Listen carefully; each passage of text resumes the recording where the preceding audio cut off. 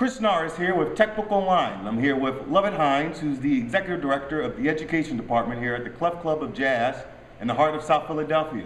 He's the former teacher of three-time Grammy Award-winning bassist Christian McBride, and he's going to talk to us about his homecoming show, which will take place here at the Clef Club October 3rd through the 4th. How'd you make that happen, Lovett? Well, I didn't make it happen. What happened, Chris called us and he told us that he wanted to come back and give back to the Clef Club. I've been working at his camp in Montclair, New Jersey, Jazz House Kids, for the last 4 years. And the great thing about them, he came to me and said, Mr. Hines, I want you to get involved in something I'm doing. And I was elated to find out he has this wonderful music education program. So over the 4-year period, of course, we've grown closer and closer and closer. And he's aware of what I've been doing over the years. And he said, I want to reach out and help you out and work with you and come back. So we're calling this our homecoming series because all the young people that we've worked with are now giving back to us. I really am reluctant to ask them to do it because what I did for them and when I was teaching them was for love, it was our love, and it was something that I thought was needed. So when I got these talented young men that come in and you never have any idea how they're going to prosper and what they're going to grow into, well, I'm just so proud of what Chris has done over the years. So I'm really equally proud that now he wants to come back and kind of reciprocate what we've done over the years and what he's doing. What was Christian like as a student? He was extremely quiet. When he came into the program, he was really young and about 11 years old, and he had this little young kid, shy kid, coming in with this big bass, and it was electric bass at the time, and we knew that he had some talent because he came in and he played, but he was playing the blues system formula all out of whack, so he wasn't playing that correctly. But he had an idea of what was happening with it. He wasn't playing the blues form correctly, but we kept it. And he stayed in the program. And one of the things that was so special about Chris is that he was so committed. He never missed a rehearsal. Sometimes it was just he and I. And when other kids wouldn't show up, and then sometimes it was just he and I and Joey DeFrancesco, who was also in the program at that time, and we were teaching at Sullivan Music School. Now, I just want to stop you there because Joey DeFrancesco is a huge name in jazz, right? And so is Christian McBride, right? But these were your students. They were my students. These are big time names. So how do you perceive yourself? If these guys are legends, do you perceive yourself as a legend?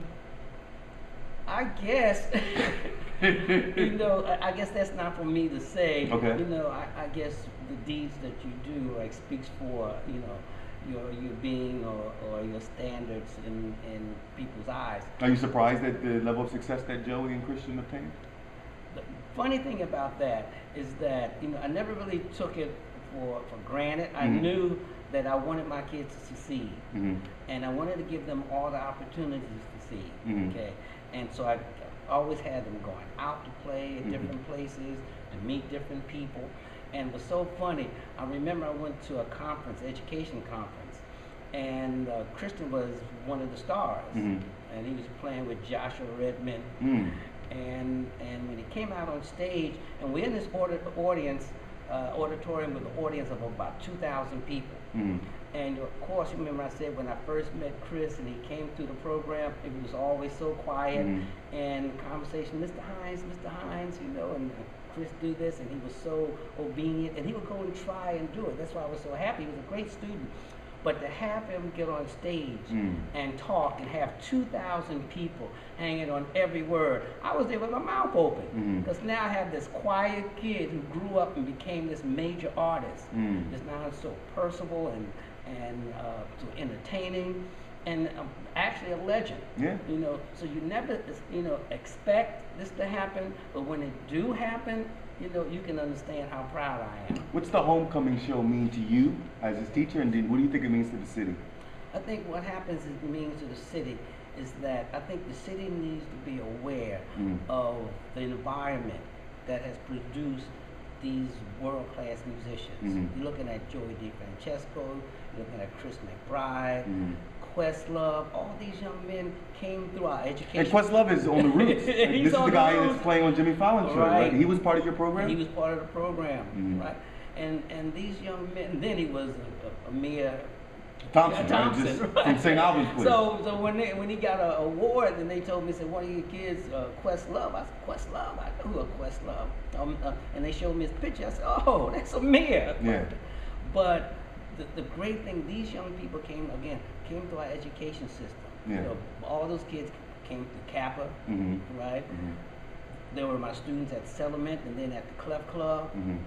And to have these people come back, or these great artists come back, the city should be elated because these are, I mean, the icons of the new music, of American music today. So what I want you to do, because I can feel the energy, right? But I want my readers and my viewers to feel the energy. So I want you to look right into our cameras, and I want you to tell the city of Philadelphia why they should be ecstatic, and tell them why they need to come out to the Clef Club on October 3rd and the 4th for Christian McBride's 2-night only limited engagement.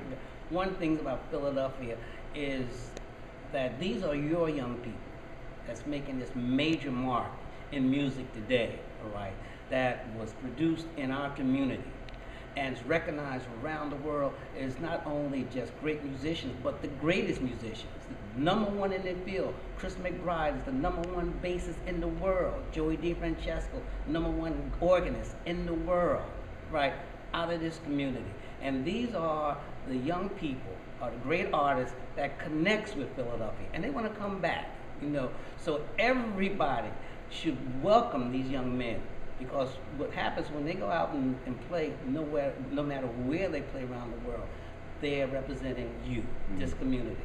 And what Lovett says is true. Christian travels all across the country and all across the globe. He's a very busy guy. And I think the fact that he's coming to Philadelphia, it means a lot. Yeah. And so I'll be here. Techbook Online is a proud media sponsor of this event. And I'm asking you guys to come out and support not only this great institution that's produced so many great people in the city, but to support a great artist. Tickets start at $30. You can check out and Google the Philadelphia Clef Club of Jazz for more information. And until next time, I'm Flood the Drummer, and I'm drumming for justice.